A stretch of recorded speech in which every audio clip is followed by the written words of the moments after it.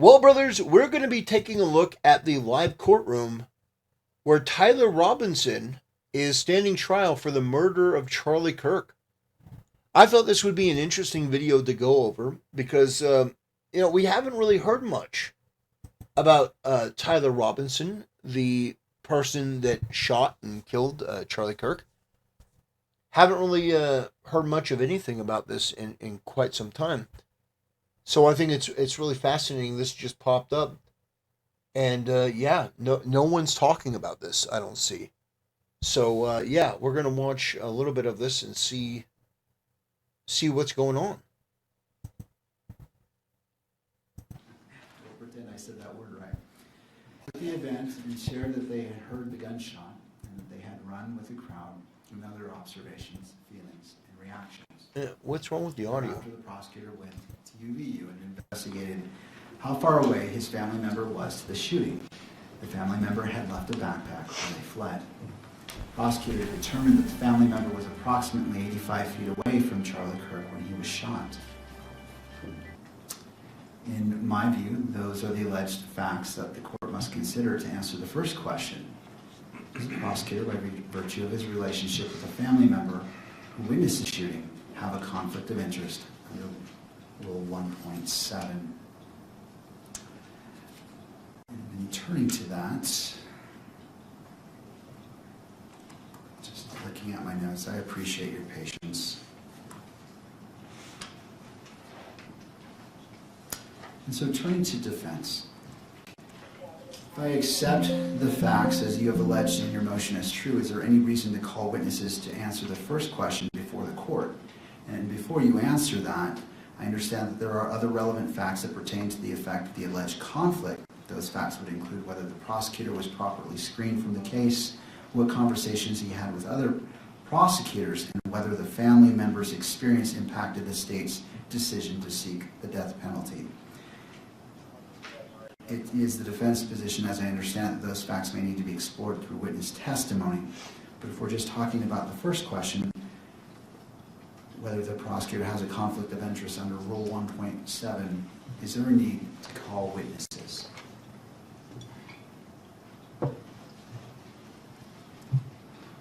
Yes, Your Honor. I understand that the court is trying to get to the threshold question that we have put before it with respect to who should be representing the Utah County Attorney's Office in this motion. But the answer to the court's question is yes, because it's not just the mere transactional event that this. So somebody in chat asked, Carbon Locked 12A says, I'm curious, do you guys think Tyler Robinson is a Fed or a scapegoat? I'm not sure what to believe with all this. I will tell you what I think as it relates to Tyler Robinson. What we have seen from the left over the past couple days, I think should make it perfectly clear that it is entirely reasonable that this guy, Tyler Robinson, was some deranged far-left crackpot that was radicalized by his, group online, Discord messages, radicalized by the media, radicalized by the Democrat Party. The guy was dating a transgender furry. This guy was a deviant. He was a degenerate. He was mentally ill, I think, believing in all this left-wing garbage. I think it is entirely possible that this person was radicalized and went out there and just wanted to kill Charlie Kirk. He was like, oh man, this would be great for us. I think it was just, honestly, I do think this guy acted, I think he probably did act alone. Because what we've seen, it could be that there was some sort of coordination and cooperation, but what we've seen from, like, for example, somebody like Renee Good. Renee Good is part of a group that is out there. Renee Good is part of a group that is anti-ICE. So she's getting radicalized by all this anti-ICE shit that she's ingesting. And then she goes out there and does something. I think that is entirely possible for what happened with Charlie Kirk. I think that it's entirely possible that that is what happened with Charlie Kirk. This guy was a left-wing radical. Kiko the Catholic says, wow, he was an obvious right-wing extremist. That's very, very funny considering that was Kyle Kulinski's video when this happened, that he was a right-wing agitator, and that's also what Jimmy Kimmel said. These people are freaks.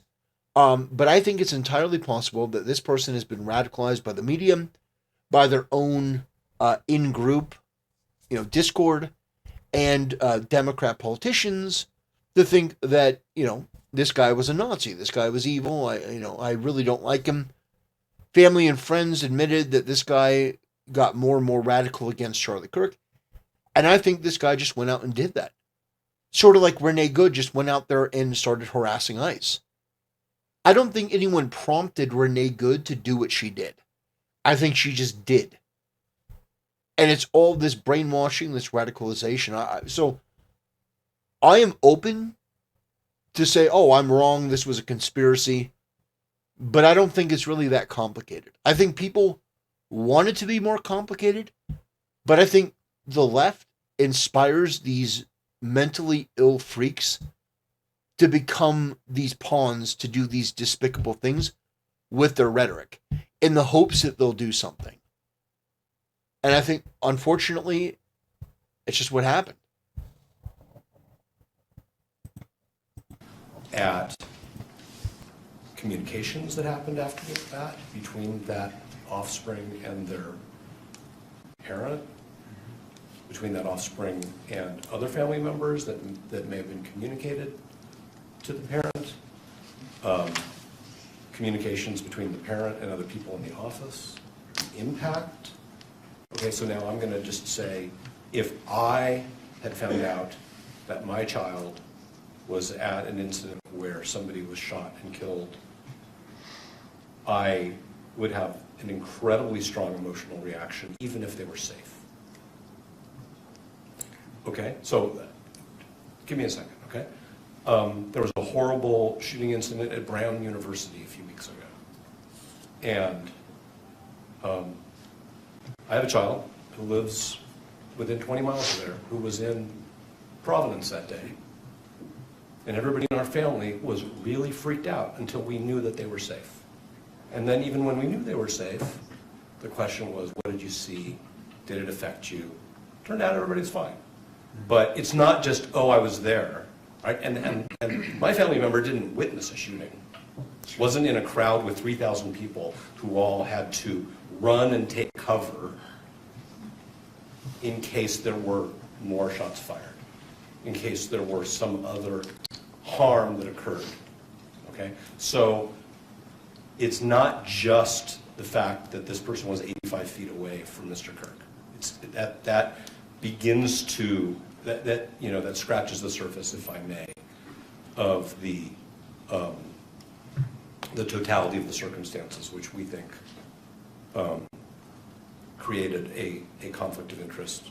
So the answer is yes, and that's why both the parent and the offspring are here and are under subpoena and agreed to be here and agreed to testify. Obviously, it's the court's proceeding, but nobody's moved to quash, and I think it's obvious that that's because we need further factual development.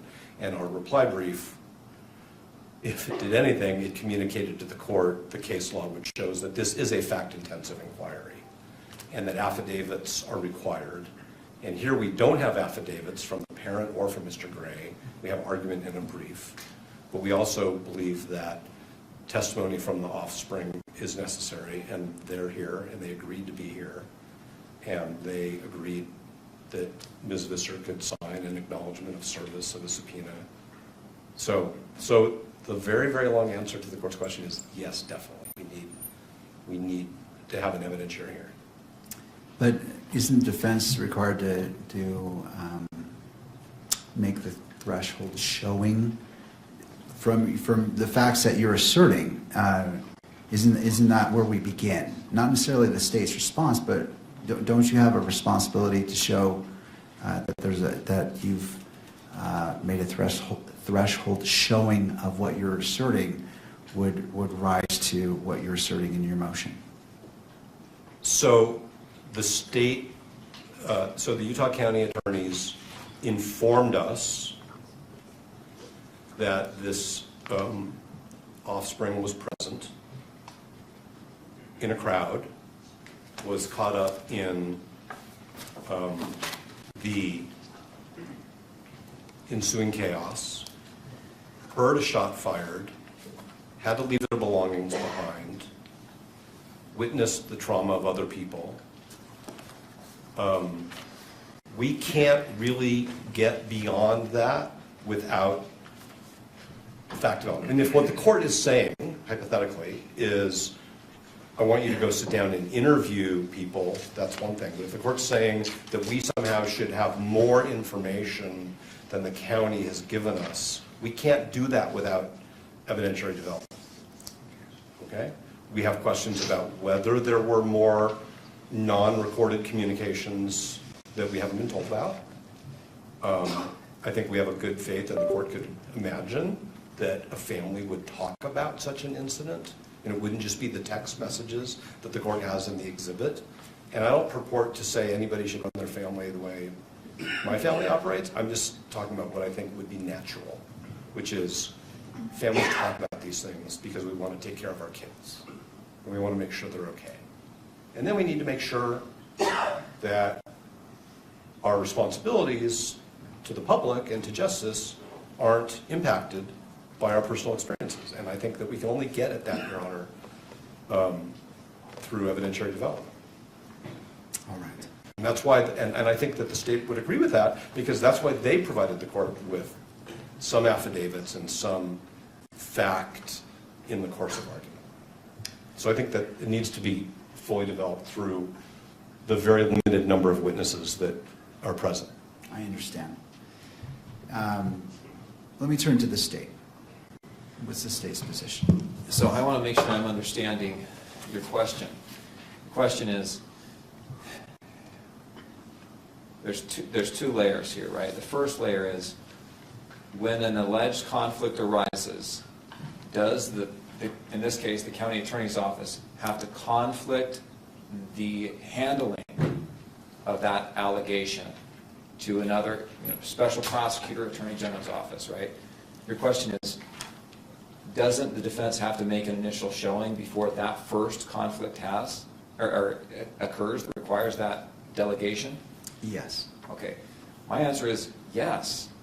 I mean, otherwise we have to have a hearing to determine if another entity has to handle the substantive issue, and then you have to have another hearing to determine if there actually is a conflict. I think there has to be at first a showing that there is a basis for a conflict. Otherwise, someone can come in and say, I think there's a conflict without any evidence whatsoever, or not evidence that's credible. I think, and for that reason, I think the court should be able to make this threshold showing based on the affidavit, right? The affidavit and the facts that have been proffered. I think there's enough there for you to say, yes, the county attorney's office can handle this motion on its own, or no, this motion needs to go to the attorney general's office, whoever else, to handle the substantive issue of whether or not there's a conflict. I mean, I want to be clear. I don't believe under any of those circumstances that the issue needs to be conflicted out. I believe that until a conflict has been found, the county attorney's office or whatever entity has been accused of a conflict can litigate that issue without litigating that issue. All right. Did I make myself clear? I appreciate that, Mr. McBride. A follow-up question in regards, they're proposing calling witnesses to make that threshold showing. What is the state's position? No, I mean, my position is no. I think witnesses should be called one time in this case, and that should be to determine whether or not there's a conflict, not to determine whether or not the issue of whether or not there's a conflict should be conflicted. Okay. I think there may have been a little bit of confusion there, and I'll take responsibility for the question. In regards to the threshold showing about the conflict,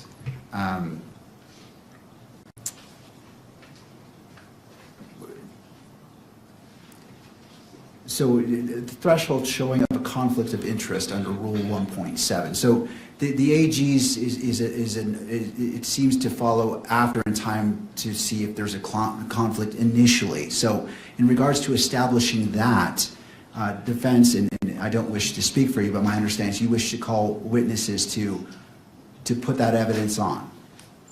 Then I misunderstood the court's question. I don't think we need to take testimony in order for this court to make a finding on under 1.7 that conflict-free counsel should represent the state in this motion. I am not suggesting, and I didn't mean to, that there should be two hearings. That's not what, so if I misunderstood. So, understand, the defense is basically trying to throw everything they can at this. Understand, the defense really has no case here. They really don't have much of one. Because the evidence appears to be overwhelming. However, any defense attorney is going to throw everything they have, even if it seems ridiculous or frivolous. Sometimes it's to waste time. Sometimes it's to just try to, exhaust your opponent. But in this case, I think it's just desperation. Saying, Judge, prosecution is biased. They can't be. It's like the whole thing is absurd. But it's one of the only plays they got. Yeah. Trying to get him off the death penalty. But I don't think that's going to work. I think that what's going to happen is, I think that they're going to go with the death penalty. Of course, they can't do anything else. If they did, it would be a major, major loss. The court's question. I thought the court was saying, do we even need an evidentiary hearing on your motion to disqualify? Isn't it enough for the court to just read the papers? But that was not, was that your question? Well, and I'll take full responsibility on my question. That was really the push on it, because my understanding is that determination needs to be made.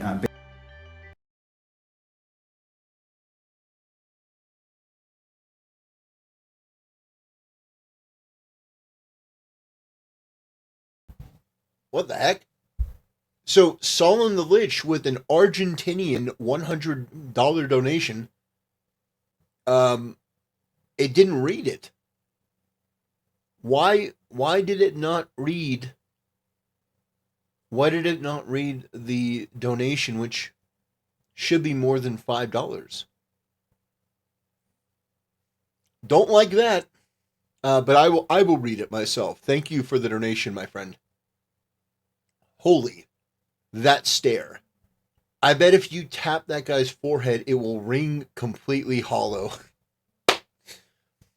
Well, you're not entirely wrong. I just want to remind you guys of something.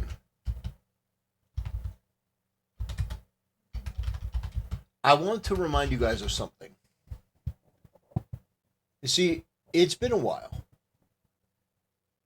It's been a while. But there was there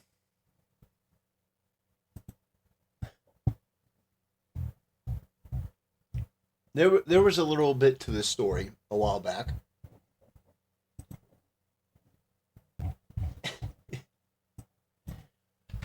And let me see if I can't find it.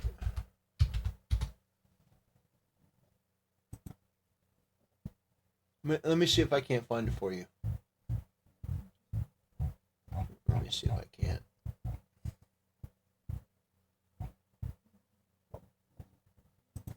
Maybe I can't. Maybe they scrubbed it.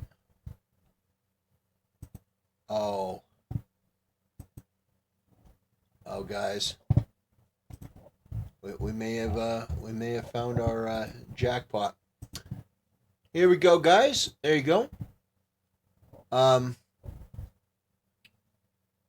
It's not really showing up as much as I would like. But yeah, this person was very interested in a game called 50 Shades of Gay. It was a furry game. Some of you may remember that. Some of you may not. But yes, this person played this game right here, 50 Shades of Gay 3. And this is what it is. Just to remind some of you who may have forgotten, this is the type of content that this person was into, you know? Take a good look. This is the person. There you go. Take a good look. This is the games that guy was playing. So just keep that in mind, that in this guy's private time, this is what he was playing. This is what he was into. You know, these far left communists. Yeah. I know some of you may have forgotten this. So I wanted to refresh your memory. Oh, Carbon Locked 12A says, what the fuck did I come back to? The shooter, Charlie Kirk's assassin. This was one of the games that he played. This was one of his favorite games. It's a gay furry dating game. That's right. It's a gay furry dating game. Now I know what you're thinking. Man, how do I get my hands on that kind of game? Well, you shouldn't. It's gross. This is gross. Guys, don't do it. Anyway, I'll just leave you on that image. As we go back.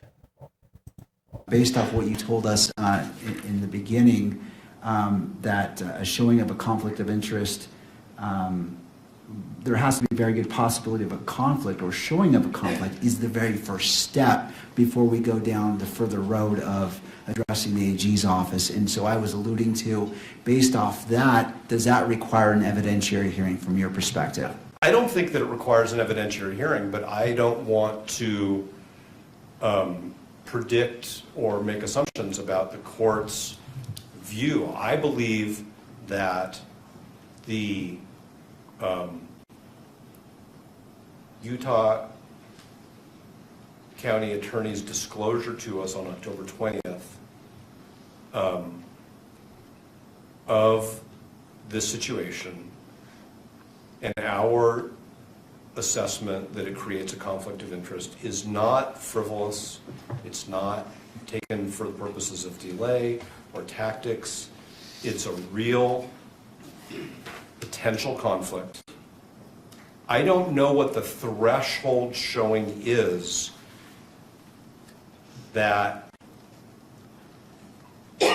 permits or requires the court to exercise its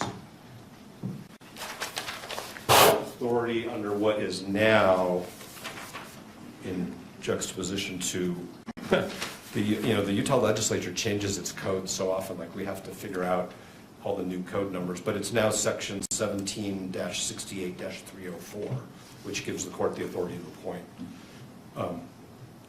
the Attorney General in this situation for this purpose, 17-68-304, as opposed to the code section cited in Jimenez. The law is the same, but the code sections have changed.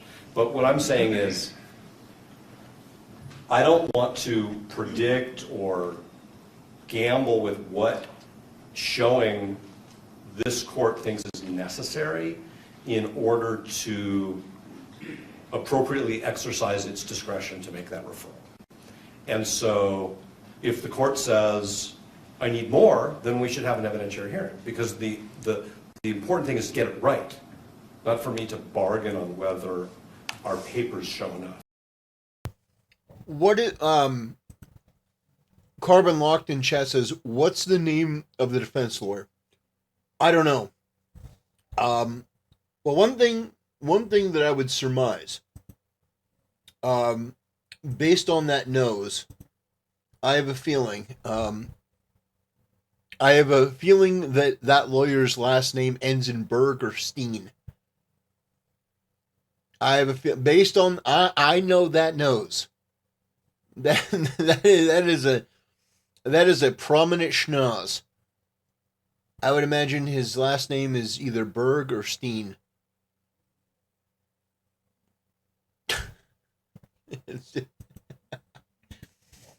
But yeah, he's doing what you would do in this situation if you he's doing what a good defense. Yeah, he's doing what a good defense attorney would do. I don't agree with it, but I understand it. You are trying to create reasonable doubt, both in your opponents and like you're trying to delay the process.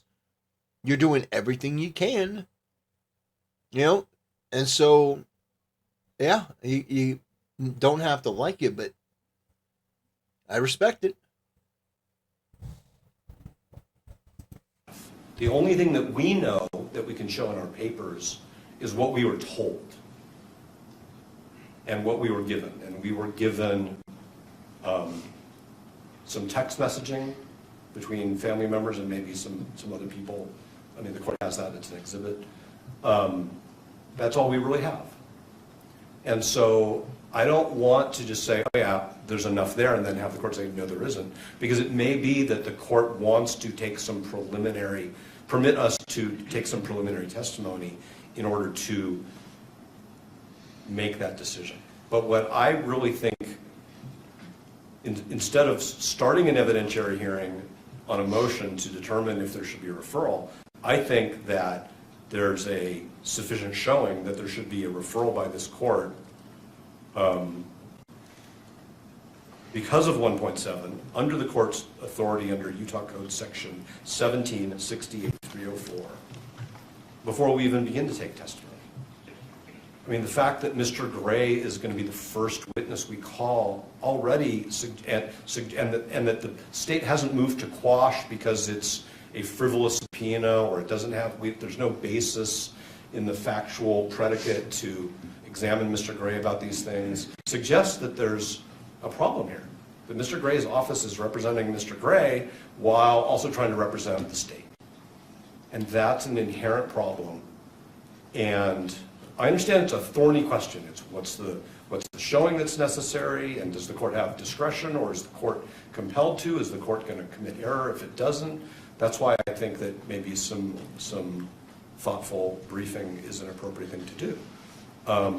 Before we start an evidentiary hearing and then realize that we got off on the wrong foot, because there should be somebody else seated at the counsel table when two members of the state's attorney's office, who are members of the prosecution team, are two of the 4 or 5 witnesses in this hearing. So I'm not trying to dance around the court's question. What I'm really saying is, I don't know that we can be stuck with only being able to give a court a showing based on the evidence we've been given, when all we've been given is a memo that says, this person was there, we don't think it's a problem, they were 85 feet away when Mr. Kirk was killed. And so, and I appreciate what you're saying, counsel, but what I'm trying to determine is, in your regard, in your understanding, I want to address this, the sufficiency of the showing. Is it your request for an evidentiary hearing for you to present to the court enough evidence for the court to make that determination, or something else? If the court doesn't believe that the papers themselves sufficiently demonstrate that for purposes of the motion to disqualify, the state should be represented by somebody else, then the answer is yes, we want to have an evidentiary hearing up until the point where the court reaches that conclusion. Because That would be the only way for us to satisfy whatever showing the court deems necessary. So we're not going to waive an evidentiary hearing if the court's saying, well, I don't think you have enough evidence here. Obviously, the answer is yes. What I'm really just saying is, I think that based on the papers, the court can say, yeah, this is a significant problem in a serious case that has really, really serious consequences for Mr. Robinson, for the people of the state of Utah, for the victim's family, and we should do this carefully and correctly. And I think the way to do that is to have the Attorney General of Utah designate somebody in their office to represent the county for this limited purpose until the court determines the scope of the conflict. We think the conflict requires disqualification from the case, but ultimately, obviously, that's going to be a judicial determination. All right. Anything further from the state before the court makes its ruling on this issue? I just want to clarify, you're talking about the need for an evidentiary hearing in order to determine whether or not that the county attorney's office can handle the motion to disqualify? No, determining just an initial showing of a conflict that exists here. Like Well, for what purpose? To disqualify the office, or to have the Attorney General's office step in and handle the disqualification motion? to disqualify the office.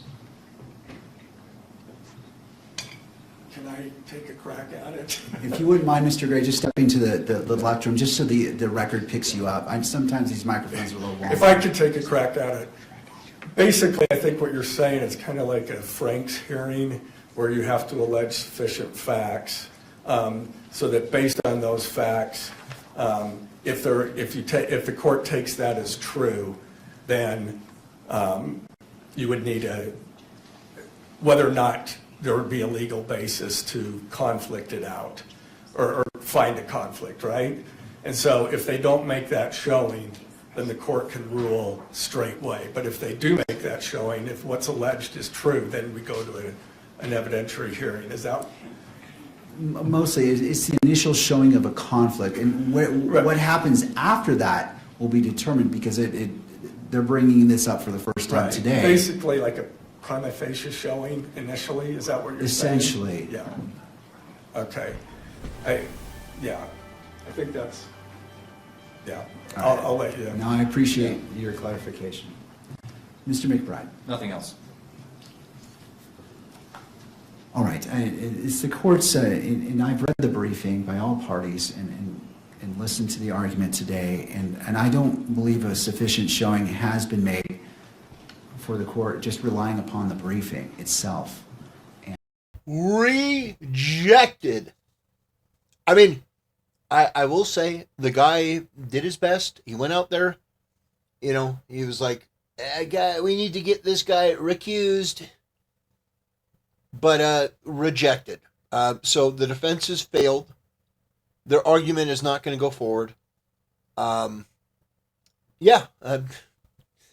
That all that waffling back and forth, that is the law. And then they got to the ultimate conclusion that, ultimately it didn't matter. And so I can't make that finding based off, I would find that that threshold showing hasn't been met based off the briefing. And turning to Mr. Novak, based off that finding of the court, what is your position?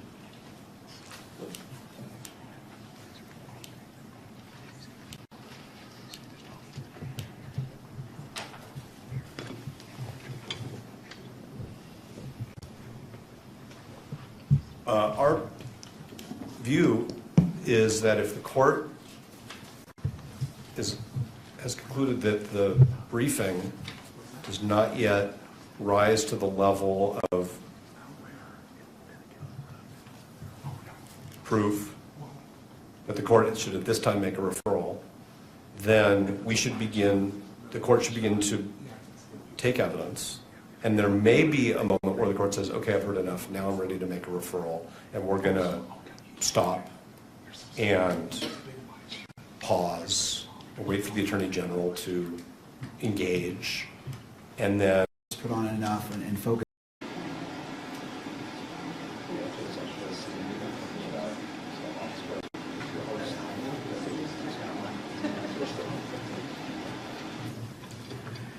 Thank you, counsel.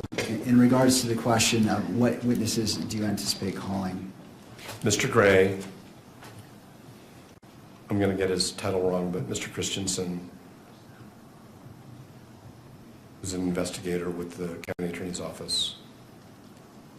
The prosecutor, who we believe is conflicted off, and their offspring. Okay. All right. Any input from the state at this point? No. All right. I'm assuming the next portion that we need to address is your motion in regards to the hearing itself, the evidentiary hearing, whether it's closed or open. Correct? Is the court looking over my shoulder at No, I'm media looking at counsel? No, you. Okay. Sorry, there is someone behind you, but I was trying to look at you. That monitor's in the way, but I appreciate the clarification. When the county attorneys have informed us of this factual issue, and we told them that we thought that there was a disqualifying conflict, we had an agreement that we would file our motion privately, I think is the correct term, Sure. so that certain identities were protected. And that was at the request, and we've continued to accommodate that, and we have no problem with that. So we are not pushing for this hearing to be closed, but we totally understand why it's appropriate to do so. And it is, and Mr. McBride has verbalized this very well in conversations and in council, the record is going to be very, very muddy if we can't have examinations that use names and identities. It's just going to be super, super awkward. And so that's why we are fine with the hearing being closed, which I think it's fair to say we view as an appropriate deference to the requests of the county attorneys. All right. To the state. Given the extreme publicity and the issues that surround this case, we would ask that this portion of the hearing be closed. We've had communications with counsel for the media. We believe that they agree to that after taking a balancing test of the public's right to know and the right to an open proceeding and the privacy interests at issue. All right. One of my concerns that I have, and is there any other parties weighing in? I think there may be, Your Honor, both Your by Honor. event and here in person. All right. Well, Your Honor, this is Jeff Hunt. Can you hear me? I sure can, Mr. Hunt. Thank you. Your Honor, thank you for the accommodation and courtesy to allow us to appear remotely. With me is my colleague, David Ryman. We represent the Deseret News, KSL, KUTV, and other news media. We would like to speak briefly to the closure issue, if that's okay. All right. I'll hear from you. We did meet and confer with counsel for the state and counsel for the defendant concerning closure. And counsel has explained that they believe it would be impossible to conduct this hearing or even portions of it in open court without causing prejudice to the privacy and personal safety interests of the family member witness involved. They've told us they believe it would not be feasible or practicable to approach this on a witness-by-witness basis or an issue-by-issue basis because they believe the names of the prosecutor and the family member would be used throughout the examination of witnesses. So we have no reason to doubt the statements and representations of counsel, and in reliance on those would not be objecting to closure of the evidentiary hearing on the disqualification and the referral issues unless the court has a different view and believes that we could parse this on a witness-by-witness or an issue-by-issue basis. That said, Your Honor, we understand that counsel for the state and the defendant have agreed to review a transcript of any evidentiary hearing and make limited and appropriate redactions so that a public version of the transcript could be released. And with that, there are just a couple other brief points I'd like to make. First, we think that this should be the rare exception to conducting these proceedings in open court. There's a strong constitutional presumption of open and public court proceedings and, of course, enormous public interest in this particular case, that openness and transparency is an institutional value that serves this court, the participants, and the public well. The facts and circumstances of this particular motion, given the fact that it concerns a family relationship of the prosecutor, makes it a very extraordinary and unique situation that we feel, given the representations made, can justify the closure. Although we do believe in most cases, just the fact that a motion implicates a witness will not be grounds for closure.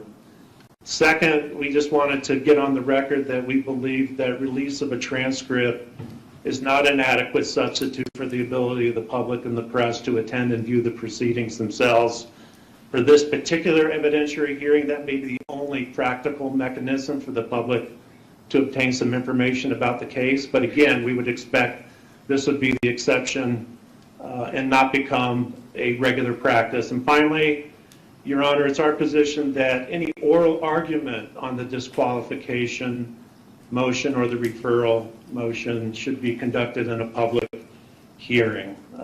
As this hearing itself has shown, a lot can be done and argued without disclosing the names of family members or the witness at issue and jeopardizing those interests. Counsel can refrain from identifying the prosecutor or family member to protect the asserted privacy interests. And we have experienced counsel. They could be mindful of that issue during oral argument, and it's not unduly burdensome for them to take those steps.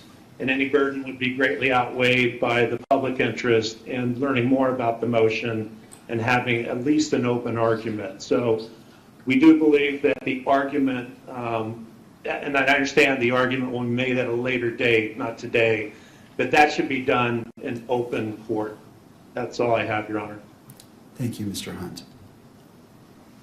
Anything further from the parties? Your Honor, as to the oral argument, it is our request that it be closed, and the reason why is that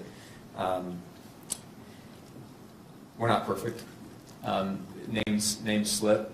It's happened in trials. It's happened in arguments before, and I'm concerned of the risk that could have if one of the parties, one of the attorneys, were to slip and identify those who ought to be protected.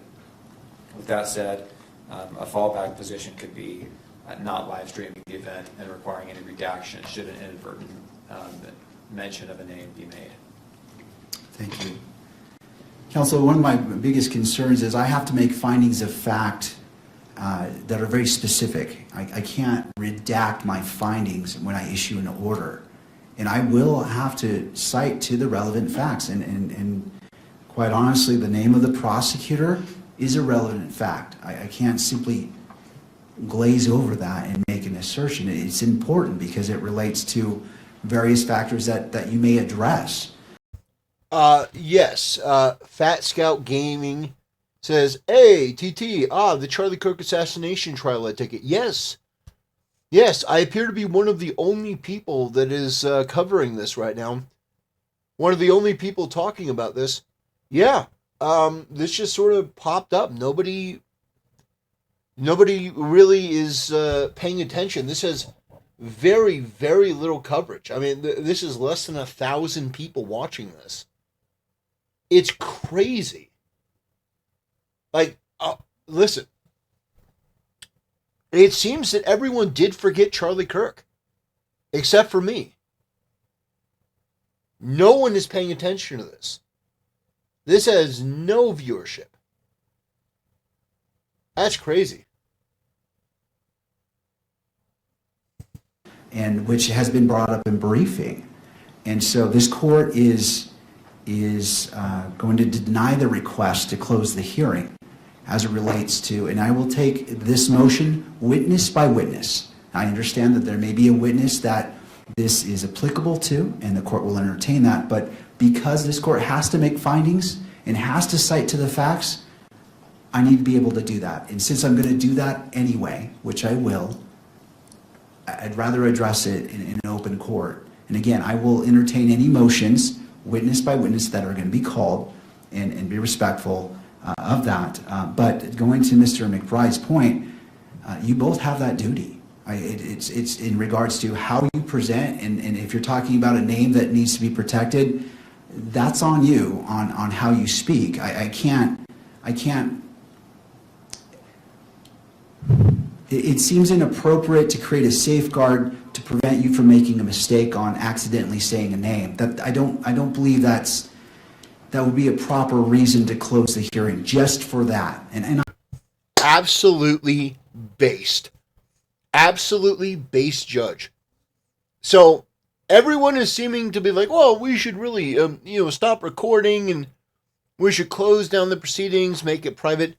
And the judge is like, no, we're not doing that. So based. I like the judge. I do.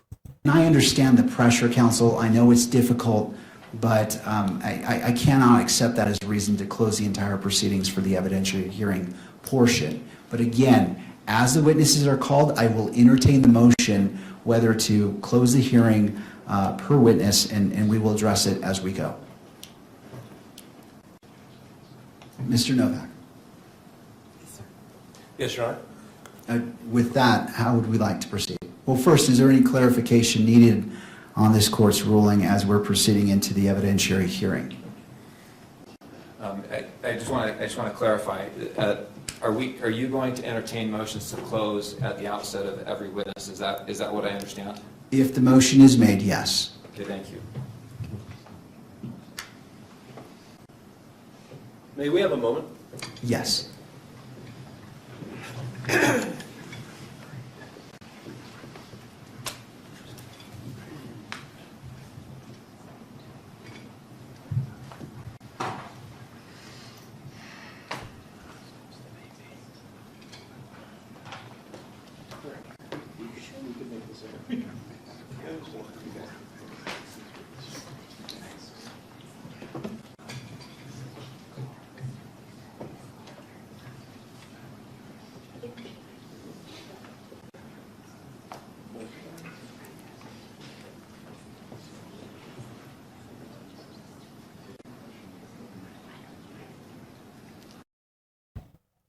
Reno MD says, yeah, but tactical, everyone mentioned in the trial is getting death threats.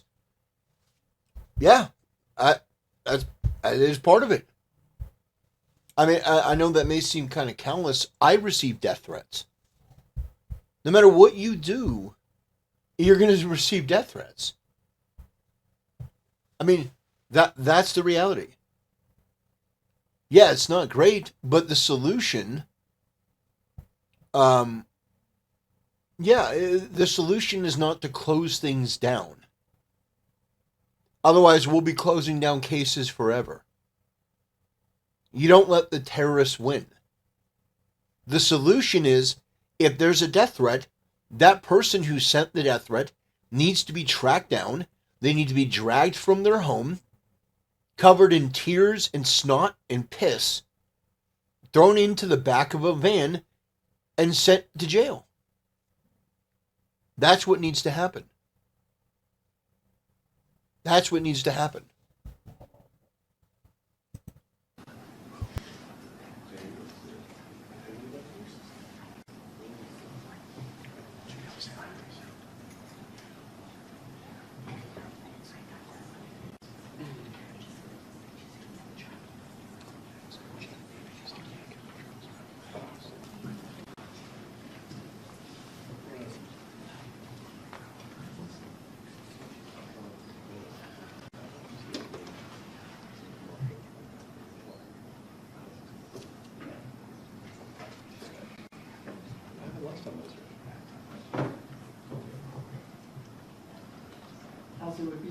Oh, looks like I'm off.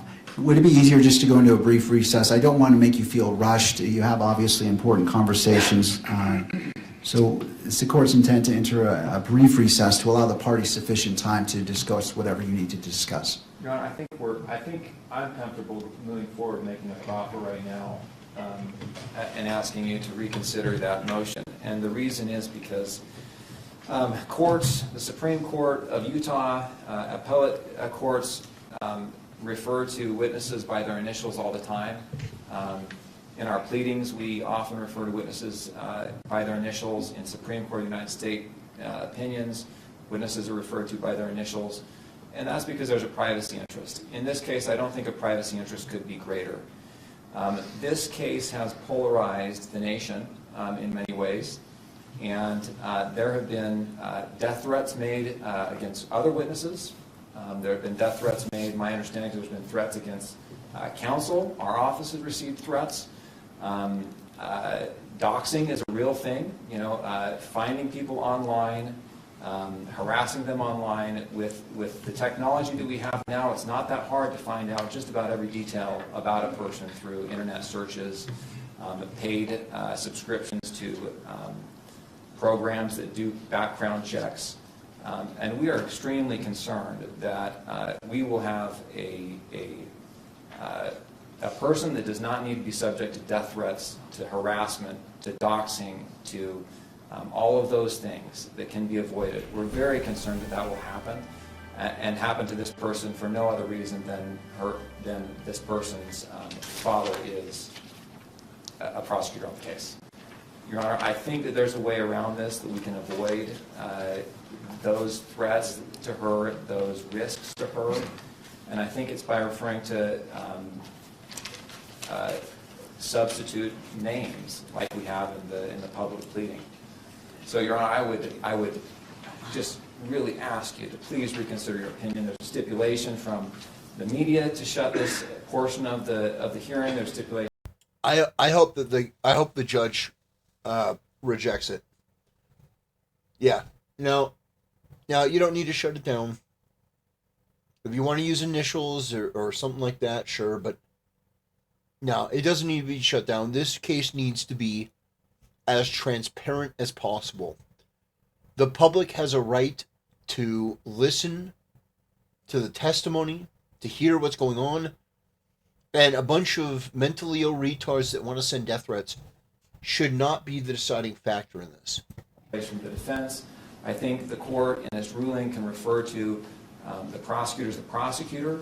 I think it can refer to the child as adult child. I think that would be adequate.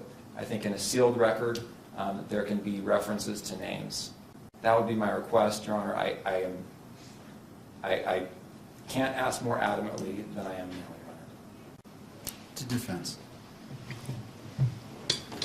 We take no issue with anything that counsel has said. That's why we completely deferred to the the county attorney's initial request that all of the briefing, as much as possible, be under seal and then redacted.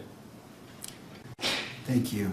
One of the points that when I was considering this as a potential issue is that both parties filed a public version of your motions, and you used a mechanism to convey that same information. And I understand that that makes it tricky, but it was the choice of the parties to do that, to publish those public versions. And the court is fine in regards to particular witnesses referring to those terms that were used in the motions, but this court does not agree that the entirety of the evidentiary hearing needs to be closed. And it is a very broad approach to a narrow issue. And I understand and I respect the concerns made by Mr. McBride, and I understand that, and the court is willing to go witness by witness. If you feel that a particular witness, that needs to be closed, the court will entertain that. I understand the issues of safety, and the court feels the urgency and the importance of that has been stated, but this court cannot find that the closure of the entirety of the evidentiary hearing is proper, given the motions that have been filed publicly online. And I have to leave it to counsel in deciding how you present the evidence, how you state the names. I'm willing to to abide by the format used in those public motions. But this court denies the request to close the evidentiary hearing. And again, we'll take witness by witness a motion if that particular witness needs closure that particular witness's examination needs to be closed.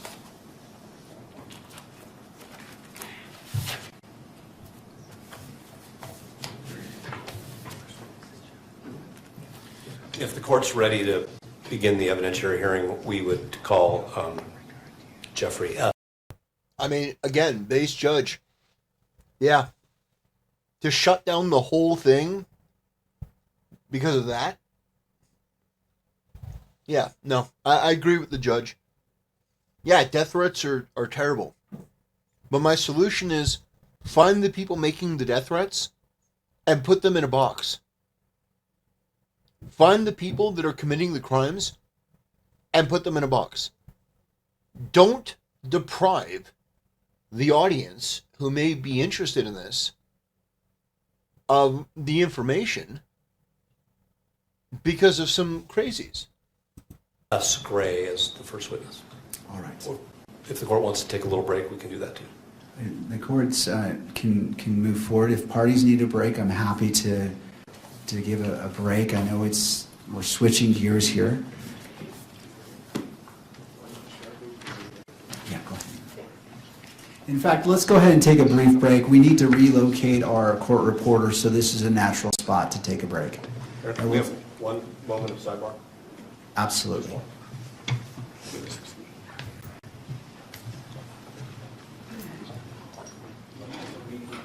Hold on, counsel.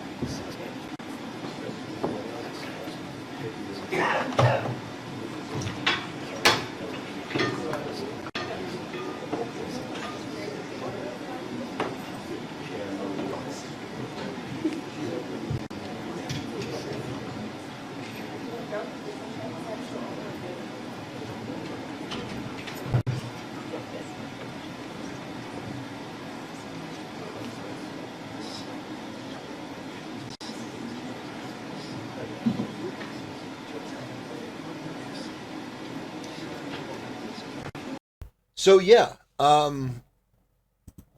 they're gonna have a sidebar. Apparently they really didn't like that. They really didn't like that. So anyway, we're gonna jump ahead a little bit.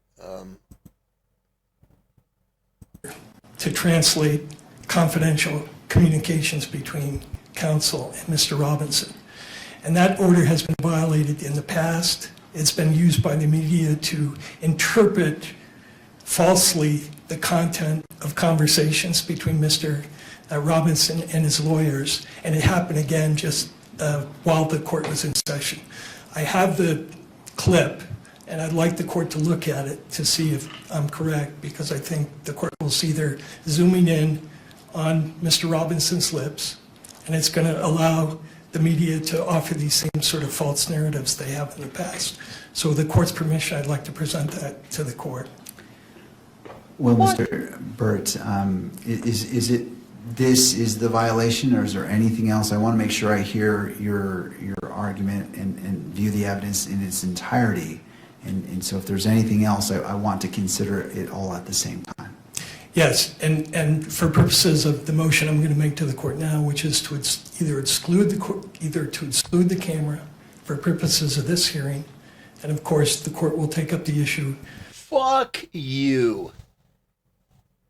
Oh, guy, the camera's zooming in on this guy. Zooming in on his lips.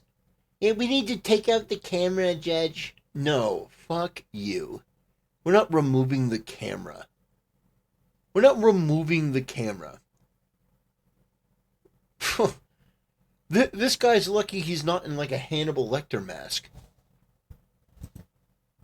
With regard to future appearances when the court considers the motion, or in the alternative, to order the cameraman not to focus at all on Mr. Robinson. Fuck you! I think the cameraman should focus on Mr. Robinson. I think he should focus on Mr. Robinson the whole time now. The camera should just stay focused on him.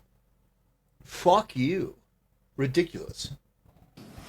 And so I think for the purposes of that motion, the court needs just to look at the clip that we would proffer to the court as showing that there was a clear violation of the court's order. Thank you, counsel. I appreciate that. Before I turn to that, I'll turn to the state if they wish to weigh in the request. I think it raises a legitimate concern. I think the court ought to consider the evidence that the defense counsel has. All right. It's very brief. I appreciate We that. have it on a phone and the court can look at it. And have you shown that to I have. the other parties? I have. Okay, thank you. I appreciate that. All right. You may approach, yes.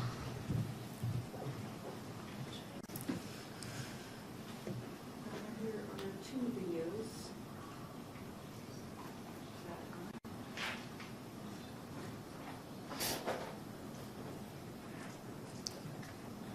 What is the length of the first video? 9 seconds.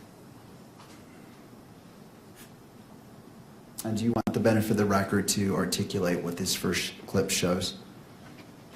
You know, I think the clip shows that the camera is zooming in the first clip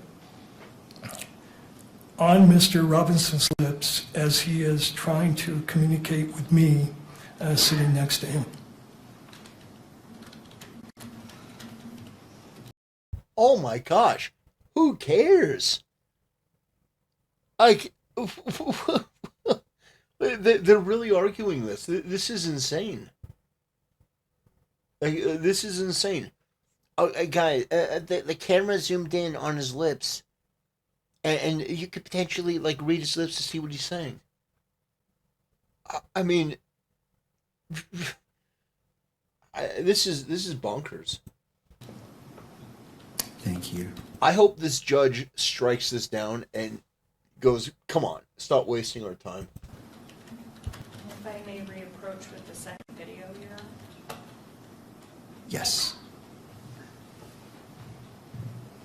This one is 5 seconds.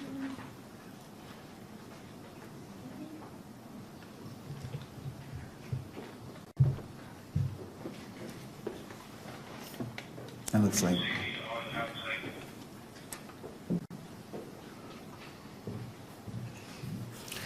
And Your Honor, the second video is a clip from a court TV posting showing Mr. Robinson's lips moving as he's attempting to speak to Ms. Nesta.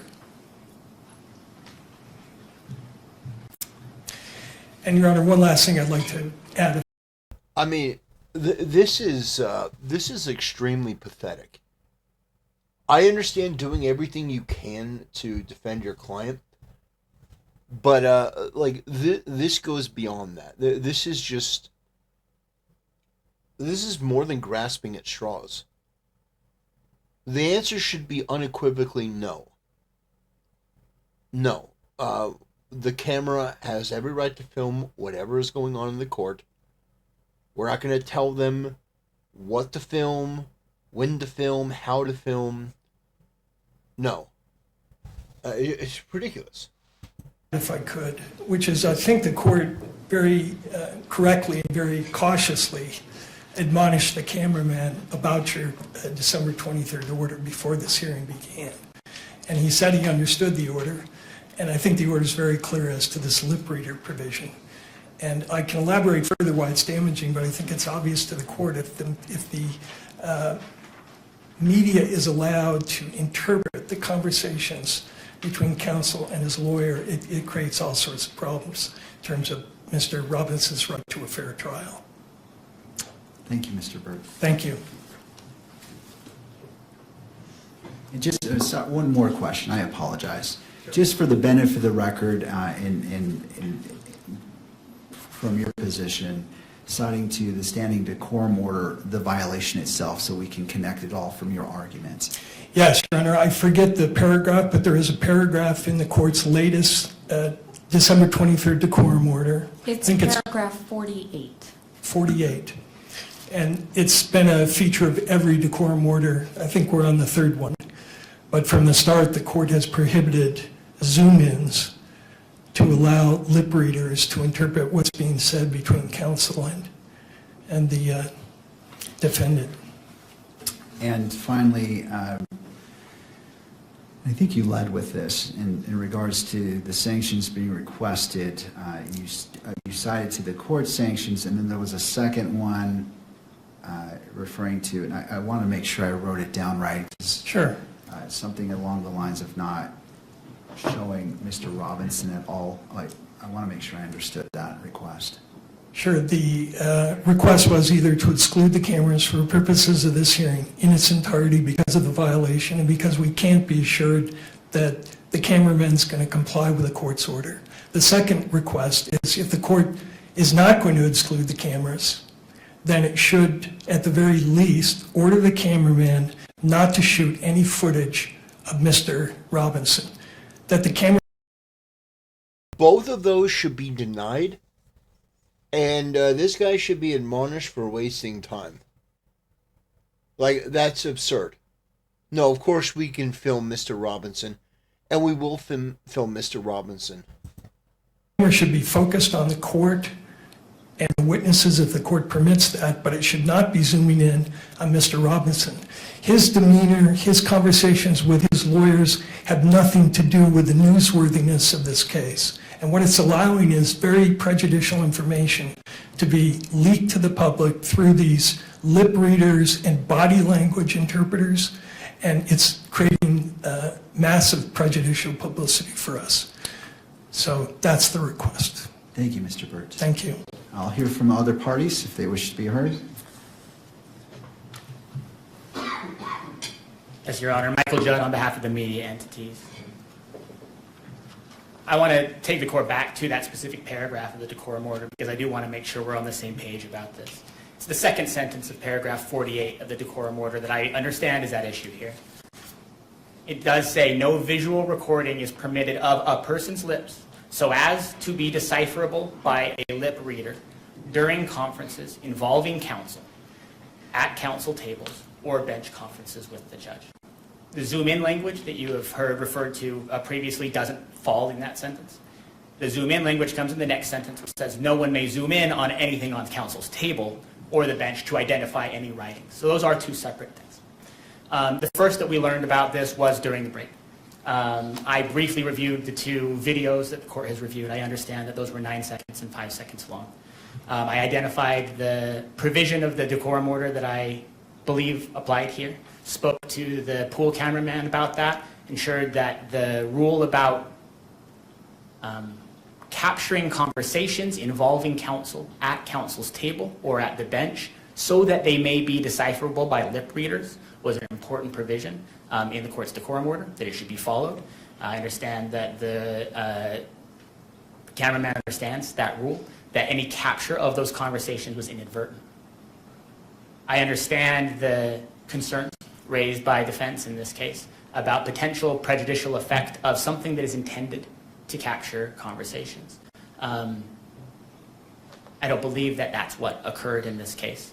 I believe that the court's order should be understood and applied as written and done so strictly. But I don't believe that there's been a violation here. We've been now on the record for 3 hours. I believe that the total length of the two videos that were shown to the court were 14 seconds long.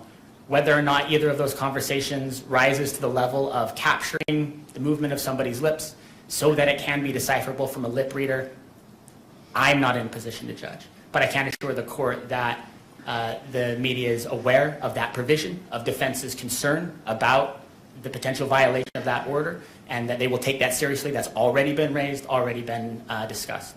As far as the remedy sought here, I think that excluding all cameras from the courtroom for this important part of this important proceeding would be broader than any sort of remedy would be necessary here, as would the direction that the cameras not show Mr. Robinson in any way. I understand that potentially any shot on a still camera, on a video camera, of a defendant in a criminal case could potentially be twisted or used by some to try to impute some sort of thought or some sort of idea. But I don't believe there's anything in the court's rules. I don't believe there's anything in the ruling so far to date that suggests that the way to address that kind of concern is to say that a defendant, a critical figure in a case like this, and one that the decorum order clearly allows to be photographed and videoed, be kept off camera altogether. The media continues to take this seriously. Before every single hearing, we speak about the decorum order and what it requires. We recognize the importance of doing it and that there can be consequences if that's not kept. The media understands and hears that, and do not believe that any further reprimand or any sort of further exclusion is necessary here. Thank you. Before I turn to you, I want to turn to the stage. I want to give all parties an opportunity, and then that allows you to respond to whatever they say. Your Honor, we have nothing to add. We'll submit the issue. All right, Mr. Burns.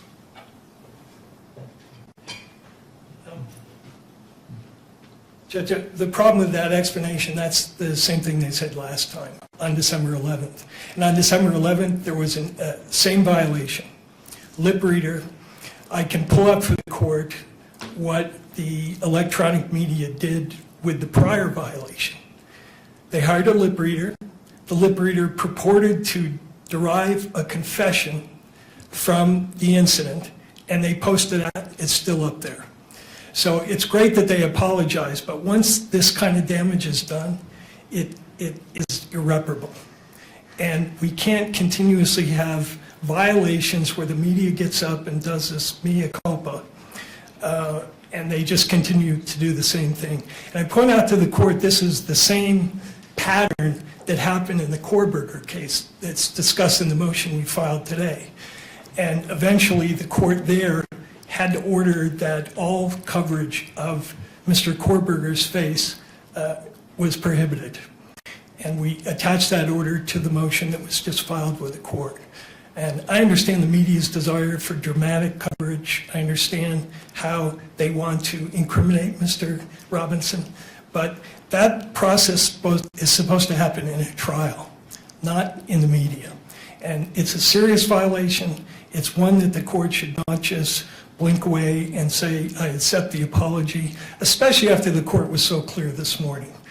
Calling the cameraman up, asking if he had read the December 23rd order, and his response was, I'm good to go. Meaning he had read it, and presumably he read that provision about zooming in on the lips. There's no excuse for it. The court should take some action. Thank you, Mr. Thank you. Anything further from any of the parties before this court makes a ruling on this issue that's before it? No. I just want to make one note, Your Honor. Those clips that I showed you are just small portions of much longer footage that was available in the live stream. That was just what we needed to compartmentalize to get it to Your Honor, but it was a much more extensive period of time. All right, I appreciate this being brought promptly to the court's attention. This is an important issue, and the court takes it very seriously. Okay, what are we doing? As it relates to today, well, first, I did put on the record very clearly that there would be potential consequences for any violation of the court's December 23rd, 2025 standing decorum order. Okay. For the first part, well, and I've also had a chance to view the two clips that was presented. It was shown to all parties. The first appeared to show an attorney, Mr. Robinson, speaking for about 9 seconds is what my memory tells me and reminds me. The second clip was for about 5 seconds. I believe it was from a slightly different angle, but it also captured that.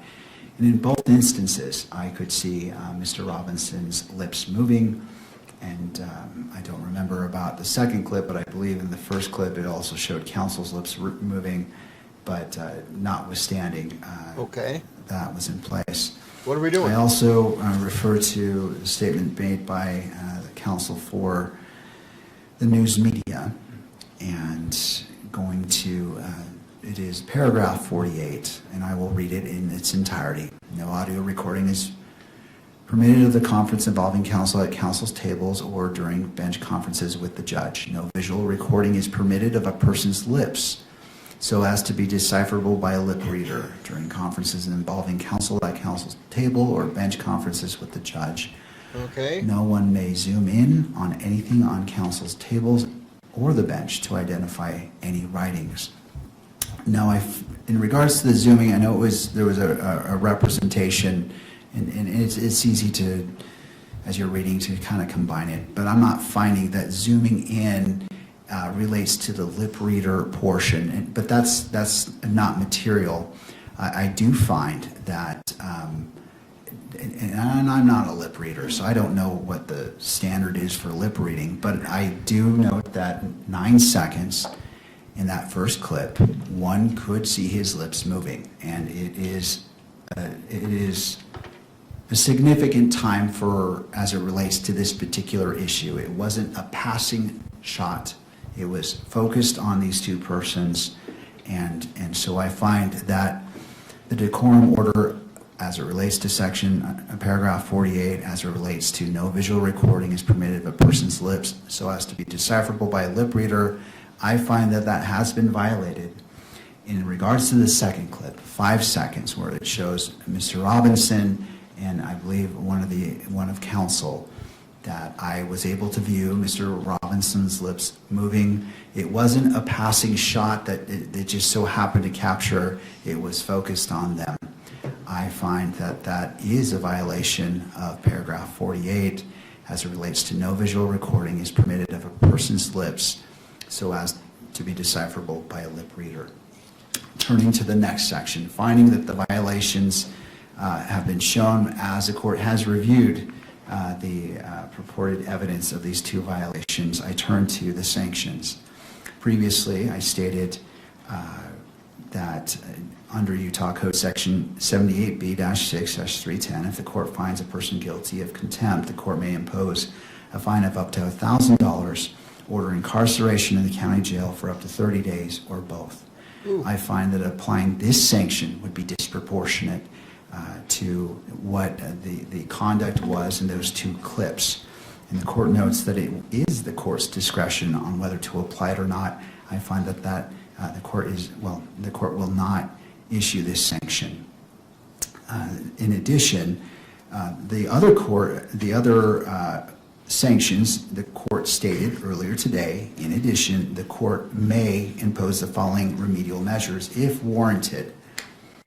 Immediate suspension of video transmission of the hearing, with proceedings continue only on an audio-only basis for this proceeding where the violation occurred, and disqualification, if necessary and narrowly tailored, of the news organization that filed the request in order for the electronic media coverage of the court proceedings for the hearing in which the violation occurred from providing pool camera operator services in this matter where the court determines such a measure is required to ensure compliance with the standing decorum order and protect the rights of the parties.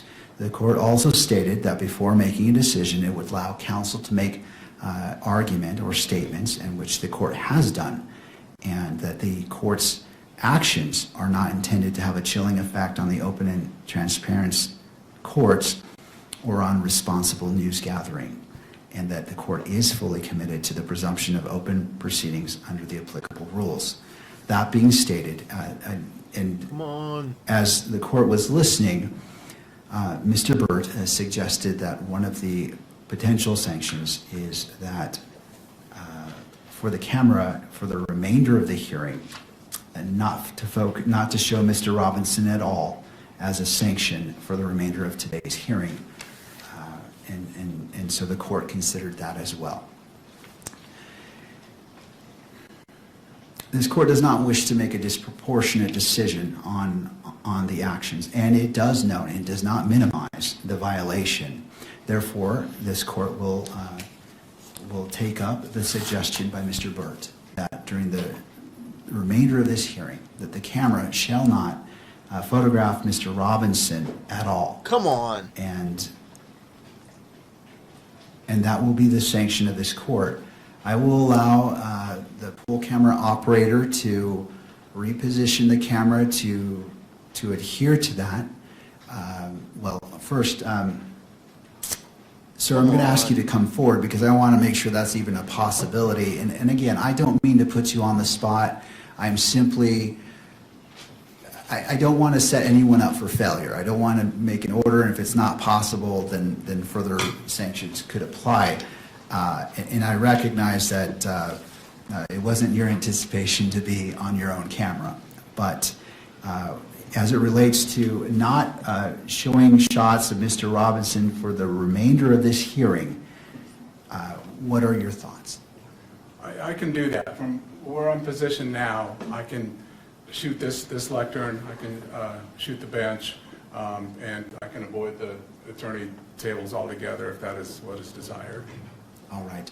Do you need to do any repositioning of the camera to accomplish that? And I'm willing to give you that time to accommodate that. I don't want to set you up for failure. This is ridiculous. Of course, you should be able to show the defendant. Like, and by the way, let us be reminded that during Kyle Rittenhouse's trial, they filmed him all the time. Yeah, they filmed him all the time. That is absurd. That you can't film. Yeah, I don't agree with this. Major L from the judge. Major L. That is a huge L. Given what's happened, and so what are your thoughts? No, I think the position I'm in, I am okay to avoid the attorney tables at this point and just shoot, this forward part of the courtroom. All right. Thank you.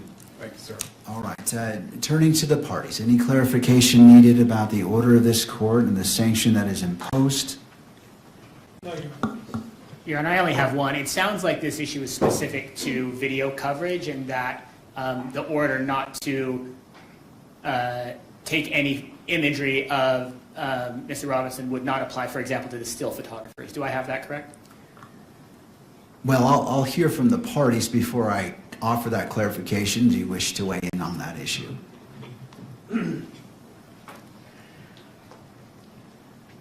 Just to indicate to the court that one of the problems is not just with the audio, with the video coverage, but most of the coverage is not covering the proceedings so much as close-ups of Mr. Robinson and comments about his demeanor. So if they catch him in a moment speaking civilly to his attorneys and he happens to smile, that then is twisted into evidence that he's some sort of a remorseless killer. So that applies to the still photography as much as what's going on with the video. So we'd ask the court not to permit still photography, at least for purposes of today. And I think after the court sees the motion, we'd be in a position to talk about the future. But I think for now, that's our request. Thank you, Mr. Burt. Thank you. To the state. Nothing further, Your Honor. And any other inputs? All right.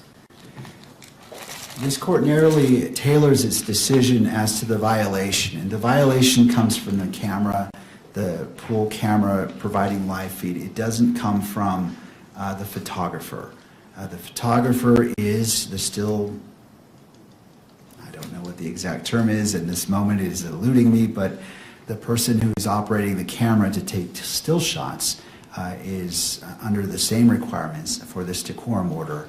I am not going to sanction them because what was before me with the 9-second clip and the 5-second clip doesn't apply to them. And so I'm going to limit the sanction as it relates to the pool camera photographer, again recognizing that the standing decorum order applies equally to the still camera photographer.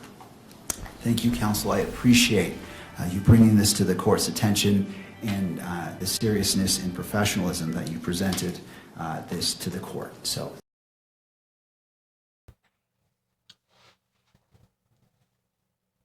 We got Solon the Lich with the 200 Argentinian dollars. I still don't know why it's not reading it. Does it look at the Argentinian $200 and go, yeah, this doesn't even qualify as $5 American? I don't understand. I really don't get it. But my friend, I will read it myself. Your Honor, motion to compel media to substitute all still shots of Mr. Robinson with people in fursuits and all footage of lip moving with the Shawn Michael glazing. Oh.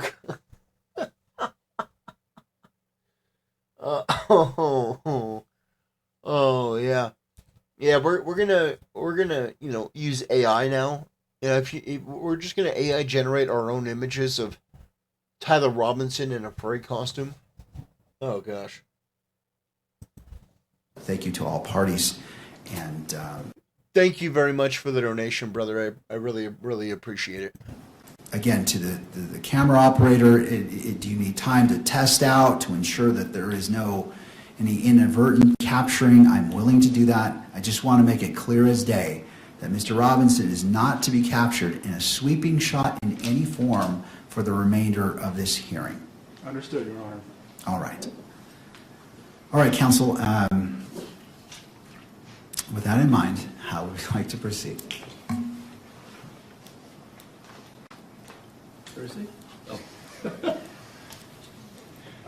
We'd ask the court to, and the clerk to swear in Mr. Gray. Mr. Gray, if you would approach and stand before the court clerk to be sworn in. You do solemnly swear that the testimony you're about to give now before the court will be the truth, the whole truth, and nothing but the truth, so help you God. Thank you. You can sit. Mr. Gray, if you'd like, have a seat. Usually we have water bottles. If not, there's one right here. All right. And Mr. Gray, I'm sure you've heard this before, but if you could position the microphone close to you, just to ensure that the record picks up your testimony today. Thank you. Mr. Novak. May I proceed? Yes. Thank you.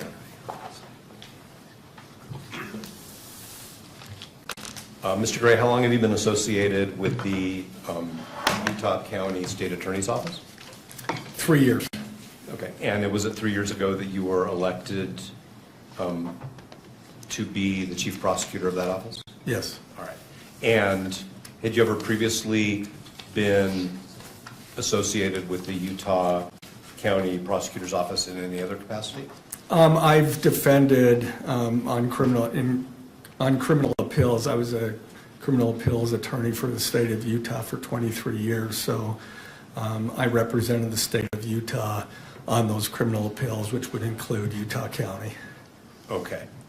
And did you ever have any professional relationship with the Utah County Attorney's Office in any other capacity other than the appellate work you did before you were elected? Not to my recollection, no. Okay. Because we're in an open session and based on some of the guidance from the court, I'm going to ask you questions. Well, let me back up. How many prosecutors are in your office right now?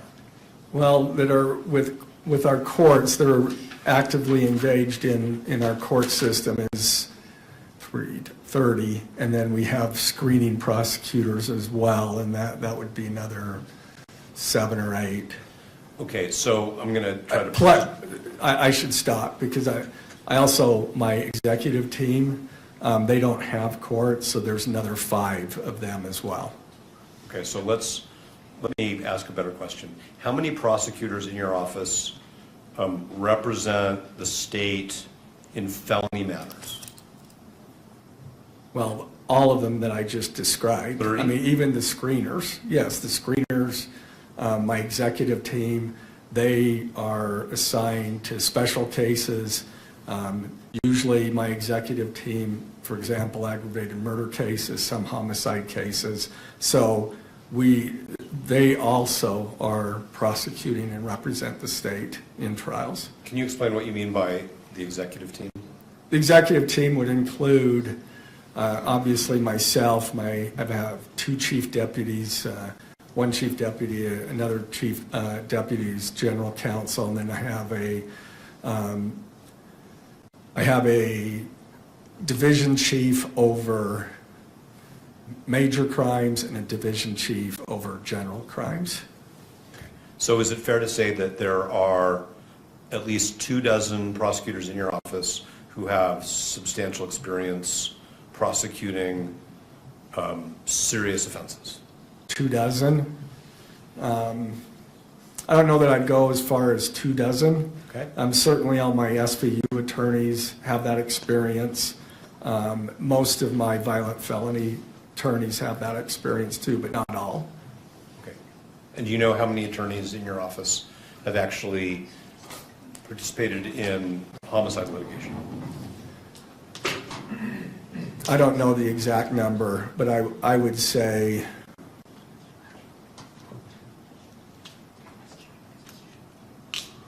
maybe 15. Okay. But I guess I should clarify, not all of them have the experience in aggravated murder cases. And that's why we specially assign those attorneys. Understood. And how many do you believe have experience in aggravated homicide cases? Objection, Your Honor, relevance. Objection, Your Honor, relevance. Objection, Your Honor, what the fuck does this have to do with anything? Objection, Your Honor, what is the prosecutor's office experience have to do with, what are we doing? Like, this is, I don't know, are you trying to establish whether they're an expert or not? Because you're going about it pretty poorly. Like, this is really boring. I understand people could say, well, court is boring. Well, but there should be something, that you're doing to, I understand that, it's this, they're not at the point where they have, a jury and that they're trying to make, all the arguments for the actual case. But whatever you're doing here, brother, this is not good. Probably 7 or 8. And are all 7 or 8 assigned to this case? No.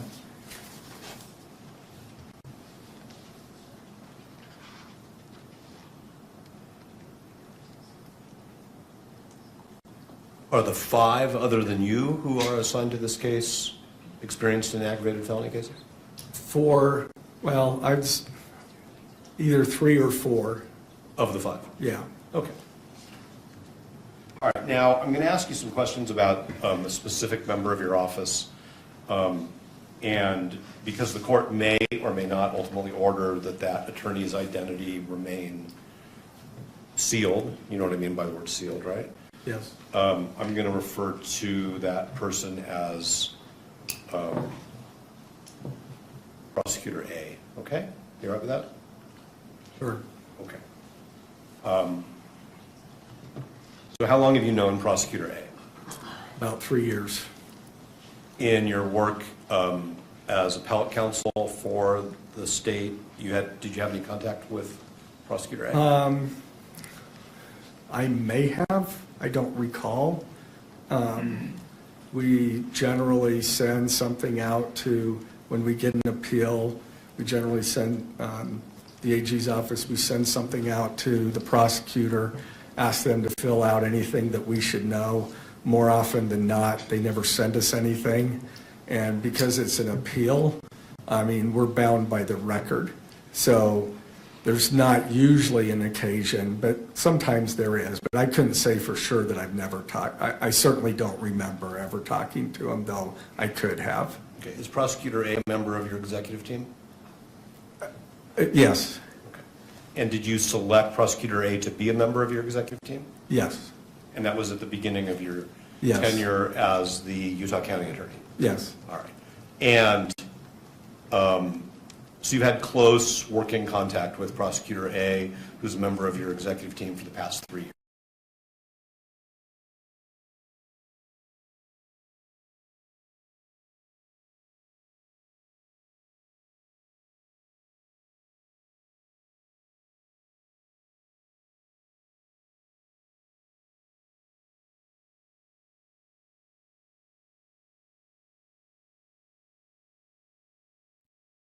Hello? Why did the audio go out? Opposition to the motion was at the September 10th rally at Utah Valley University, correct? That is what I mean, I don't have personal knowledge of that other than what they have told me. So like, I never saw that adult child, but I'm assuming, yes, that's true. Okay, but on September 10th, 2025, at the moment that Mr. Kirk was shot and ultimately died from that shooting at Utah Valley University, you were in Davis County, right? Yes, I indicated in the motion that it was Ogden, but it was actually Layton. So it was Layton, Layton. yes. Okay. And I think that's Davis County. All right, that's what I thought. And Prosecutor A was with you? Yes, Okay, and isn't it true that while you and Prosecutor A were in Davis County, you learned from Prosecutor A that one of his adult children was at the rally and was texting him about their experience? yes. I mean, we had just broken for lunch, and he showed me the text, Charlie Kirk got shot.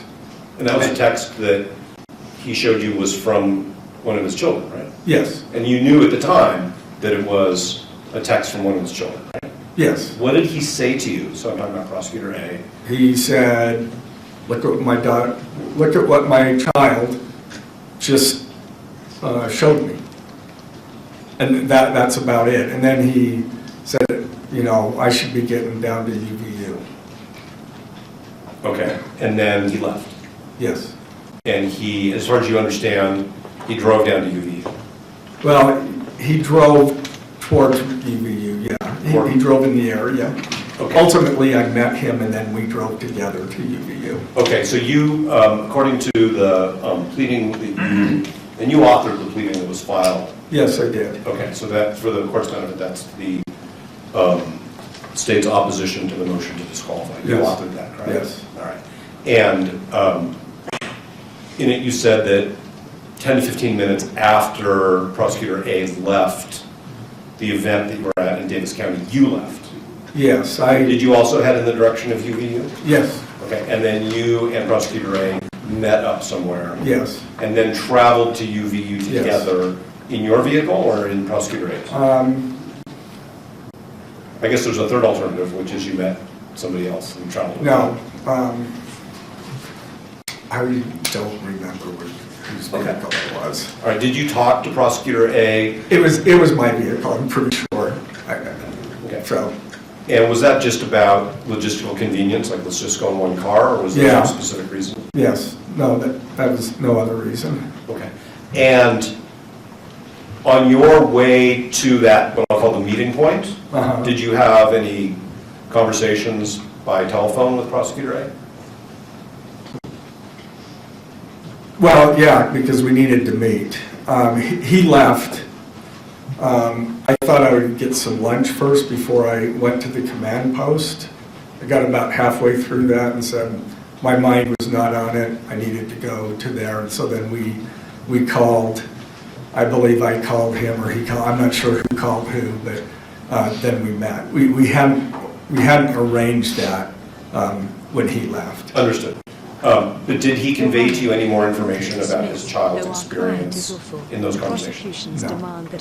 And did you inquire, like, how's your kid or anything like that? I did not. Okay. And so you met up and then you went to the command post, which was established near the university, correct? It was at the university. Okay. Was it inside one of the buildings? What's that? It was inside one of the academic buildings. Yes. And did you see Prosecutor A's child there when you were there? No. Were you introduced to that person? No. Okay. Did you have any conversations with Prosecutor A about whether they should stick around and wait? No. Did you? My understanding, my understanding was that everybody had left. We were told that most of the students had left. They had not, or attendees, so. Okay, so as far as you know, Prosecutor A's adult child had left the university before you. As far as I know, my understanding was that, most of the students had fled. That first they went into buildings or whatever, and then they made their way out.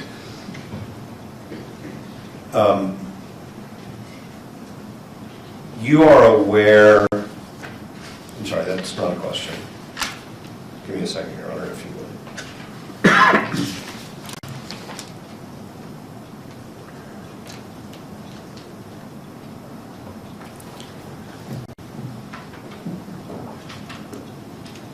Okay, so did you spend time with Prosecutor A at the command post on September 10th at UVU? Yes, we were going different places, but there would be times that we would meet up. But off and on is all I can say. Okay. And did there come a time, either on the 10th or shortly thereafter, where he provided you with some information about how his adult child was doing, having been at the I don't remember him ever saying anything about that, and I never asked. I probably should have, but I don't remember any conversation regarding his child.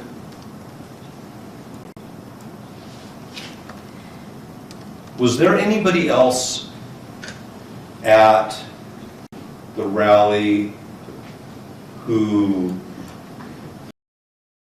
We've got Kiko the Catholic with a 5.71 euros. Is that what that is? The euros? Your Honor, we move to dismiss. Though our client is awful, the prosecution's demand that he be accountable for his actions sets a precedent. Well, Kiko, I appreciate your donation, brother.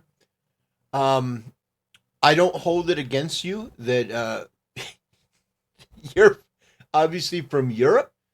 You are an honorary American, my friend. You are an honorary American. Wear an American shirt with a bald eagle with pride. Thank you very much. I do genuinely appreciate that. Everyone knows I'm extremely grateful that I have people from all over the world that donate. People from Israel. I've gotten actual shekels. I've gotten Argentinian dollars. I've been paid in euros. Canadian dollars even. So I am extremely grateful that I have a broad coalition of people that are willing to watch my content. So thank you.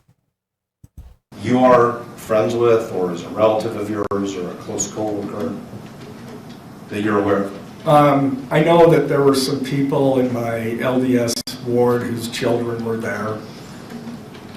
Okay. And when you say some people, could you be a little more specific? Like how many different families? Just members of the ward. Sure, but do you know how many different families that would be? I think I was told about 2. Okay. And who told you that? One of the families. Okay, so one of the families in your ward informed you that one of their own children had been there, and then another one had been there? And then somebody else from the ward had been there. I see. And do you know who those people are by name? I'm not asking you their names. I just want to know if you came to learn who they are. Yeah, I came to learn who they are. Yeah. Okay. And are you close with those people? We're casual friends with one of them,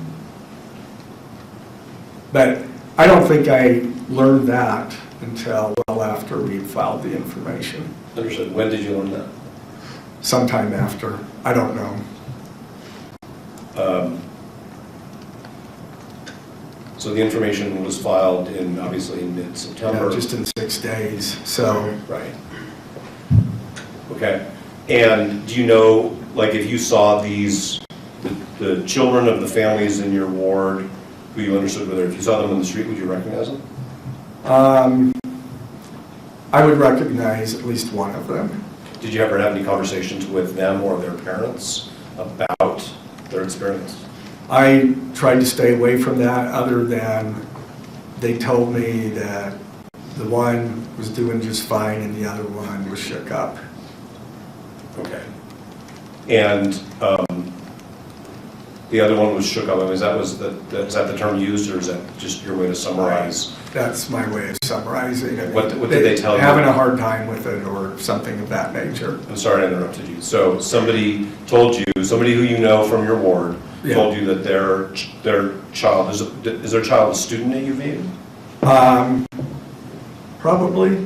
I mean, they're young adults, so I'm assuming that. I really don't know for sure. Yeah.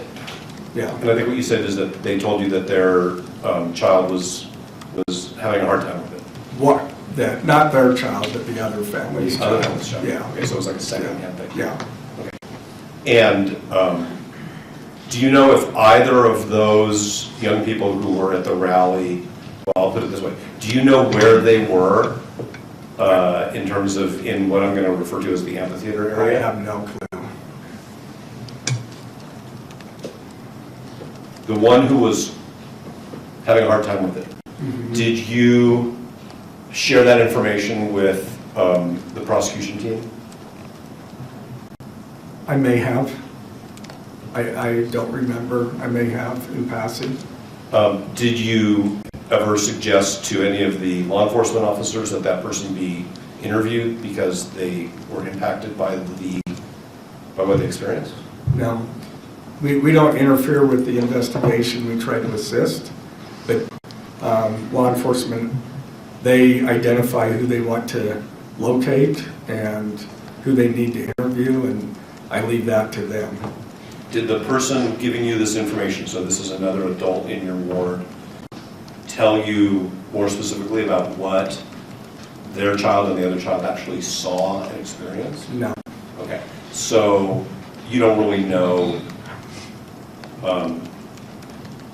much more about where they were, what they saw. All you really know is one of them was having a hard time Yeah. with the experience that they had. Yeah. Okay. I understand you said that you don't interfere with law enforcement, but if you learn, even if it's somebody you know through your community, that somebody has suffered some emotional harm as a result of a criminal act that you are responsible for prosecuting, that's not information you would give to an investigator so that they could determine whether or not, so that they could go interview that person? I didn't consider that as really relevant to the investigation, so no.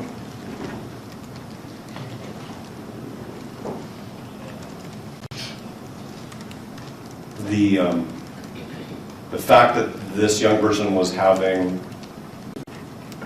a tough time with what they experienced is what you're saying isn't relevant? When lawyers use the word relevant, we got to... Well, it's relevant to them. As far relevant as to our case, I don't believe so, no. Okay, understood.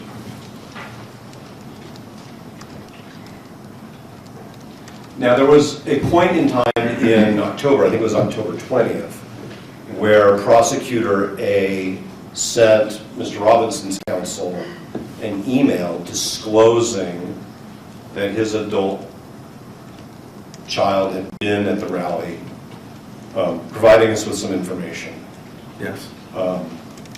And so my first question is, were you part of a decision to disclose that information? Yes. Okay. And were you part of a decision as to how that information would be disclosed or how much information would be disclosed? Like what led to that email? Well, there was no decision needed as to how much. The decision was to provide the information that we ultimately provided you.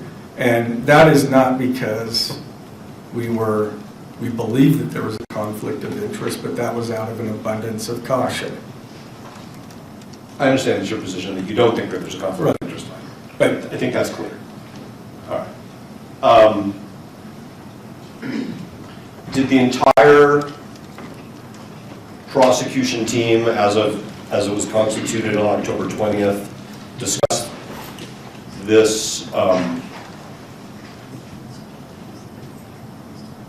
bundle of information that was being disclosed, or was it just you and Prosecutor A? I know that me and Prosecutor A discussed it, and he may have discussed it with others. I don't believe anybody else was there. When you discussed it? When we discussed it, one of them may have been, or two, I don't know. But the information that you obtained, sort of if I may, in the heat of the moment back on September 10th in Davis County, that Prosecutor A's child had this experience. And the text messages that went back and forth in the family, that information was shared with the prosecution team, correct? Everybody knew eventually. Eventually. Sure. I mean, yeah, eventually. Okay, so. I mean, I only knew the fact that she was there. At the time, I only knew that she was there and that she left. That's all I knew. Okay, but is it fair to say that you didn't set up any, I'm going to use a term like firewall, to keep the rest of the prosecution team isolated from this information that one of their colleagues' children had this experience at UVU on September 10th? No. Is there a written policy in your office, either that existed when you arrived or that you've prepared since then, for how to evaluate whether one of your prosecutors needs to be screened off from a case? You know, I'm not sure. I mean, we have those conflicts that come. I mean, the biggest thing on screening for us is if there's a potential conflict where information that the defendant has, one of our prosecutors has, because that's why you screen cases, is to make sure that shared confidences aren't also disclosed to, shared confidences with the defendant aren't shared with the prosecutor. But you could agree with me that there are other types of conflicts that can arise other than what we might call the, privileged communication. There may be. I mean, I think there can be. I can't think of any right now, but I think the rules are pretty clear with respect to shared confidences. You can't, screening isn't the end all of of how you treat conflicts. I mean, generally speaking, we will just conflict out to another office if we feel like we need to. One example, well, I won't go into that, but I mean, we've been threatened before, and there was an investigation, and of course, we conflicted it to a different prosecutor's office, because in that case, we were potential targets of this individual. Understood. Okay, so you're not sure if there's a written screening protocol, but what you're saying is when we know when we see it. Well, sort of what I'm hearing you say. Sometimes we do. Sometimes I've had attorneys that felt like they couldn't talk after they've been conflicted out to at least know the victim, but notify the victim that that we were going to switch the prosecution. But there may be, I just honestly don't know. We keep an eye on those things and rely on our attorneys to notify us when there is a conflict. But you knew as of September 10th that Prosecutor A's daughter attended the rally, correct? Was in the crowd, correct? Yes. Had heard a shot fired, correct? That at that moment, I don't know that I knew that. Okay, but you know it as of today. Sure, I because know you it. read their affidavit, Sure. which says that. Well, I knew it once all of that information was disclosed to me. Okay. And that they had to, with many, many, many hundreds of other people, run for cover and get out of the open space where they were, correct? Yeah, I don't know that they had to, but that's what they did. Well, you've seen the video of, you've probably seen many videos of that day, right? Yes. And weren't there law enforcement Yes. officers basically directing everybody to leave the open space so that they could? I don't know that I remember seeing it, those videos of the students or attendees leaving. I mean, I know that they left. I know that they ran away. What we learned later is that the shooter left immediately after the shot. So, But at the time of a shooting, you don't know Sure. how many shooters there Absolutely. are, if there's going to be follow-up, Right. if there are explosive devices, like all those things, right? sure. Okay, so let me ask you these questions about, well, instead of giving you a headline, I'll just ask the question.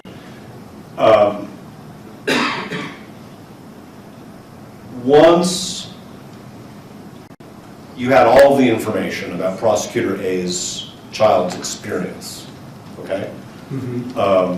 What they saw, what they heard, what happened to them, the fact that they were separated from their personal property, all those things, okay?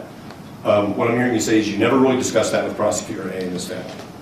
No. I mean, I did discuss, I don't know if it was day 2 or day 3, law enforcement was there on the day of the shooting, the next day, and I think into Thursday or Friday, I don't remember exactly which day. And at some point, I was told that Prosecutor A's child left the bag there. Okay.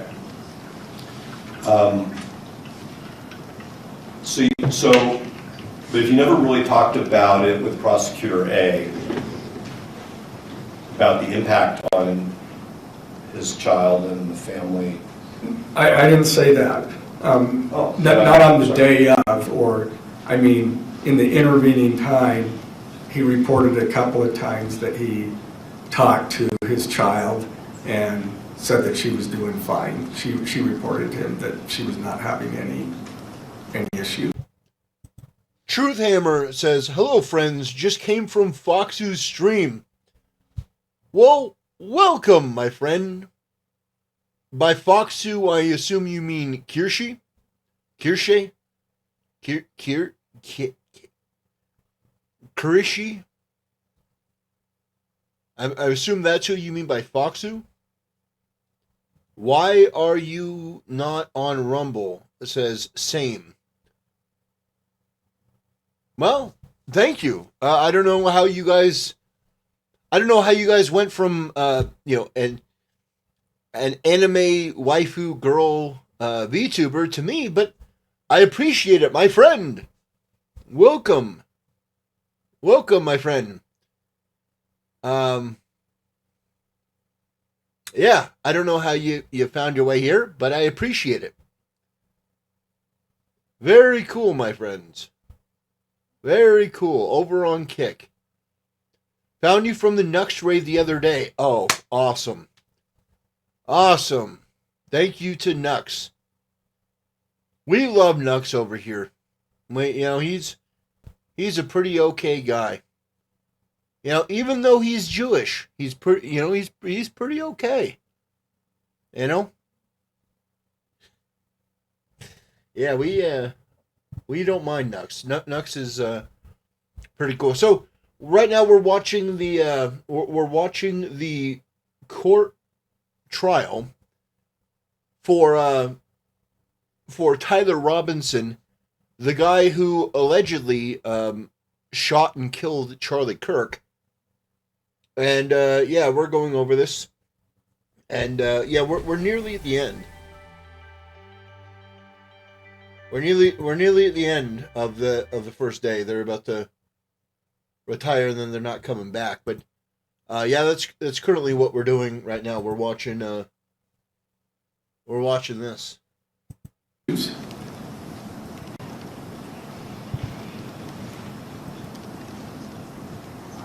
This is boring. I'm gonna be honest, guys. This is really boring.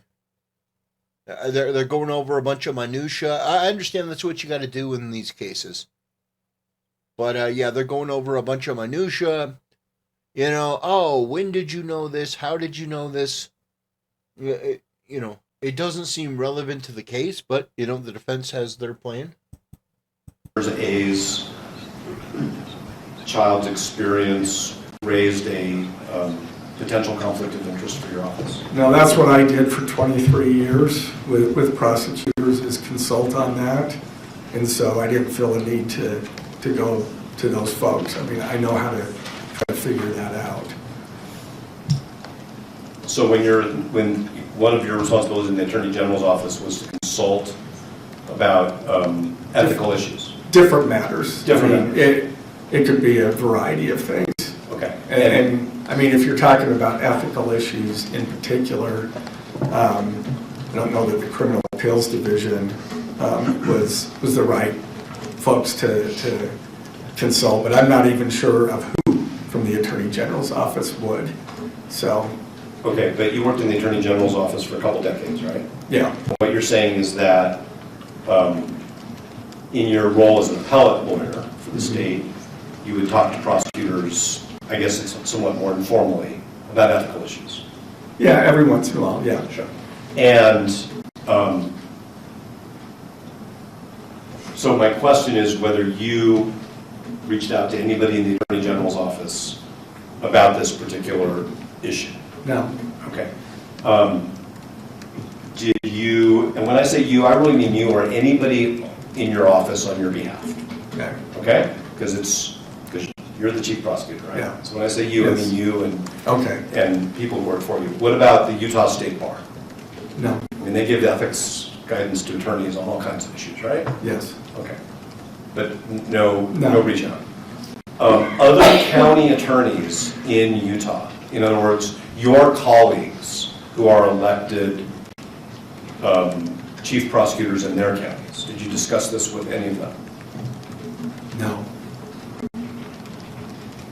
Are you a member of organizations of what I'll call chief prosecutors? I'm a member of the Utah County and District Attorneys Association, Okay. UCDAA. I'm actually the president of that organization.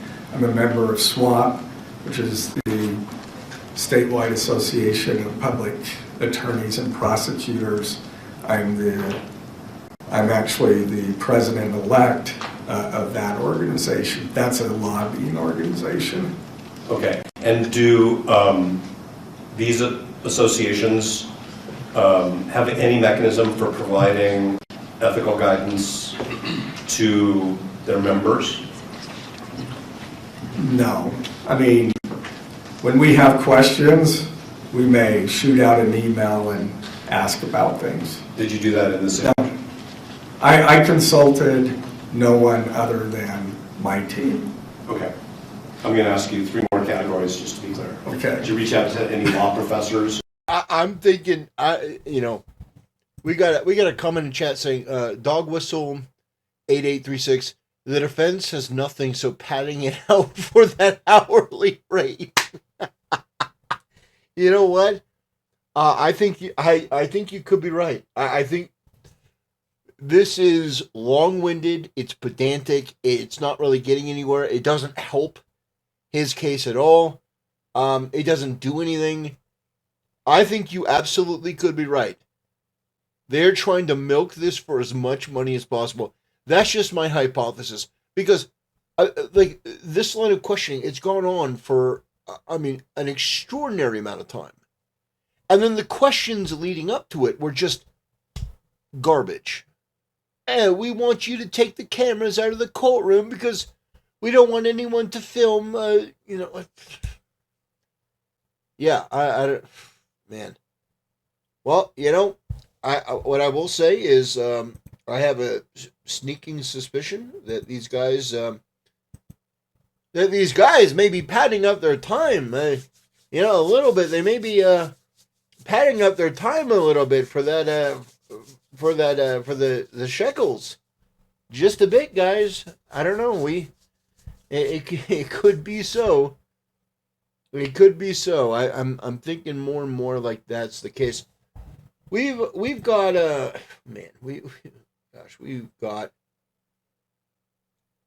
we've got probably 15 more minutes. I think I'm just gonna cut this short. I don't think we're gonna see anything in 15 minutes. I mean, this is tough. To provide anything. I mean, we make those determinations when they provide it to us all the time. That is the parent of that.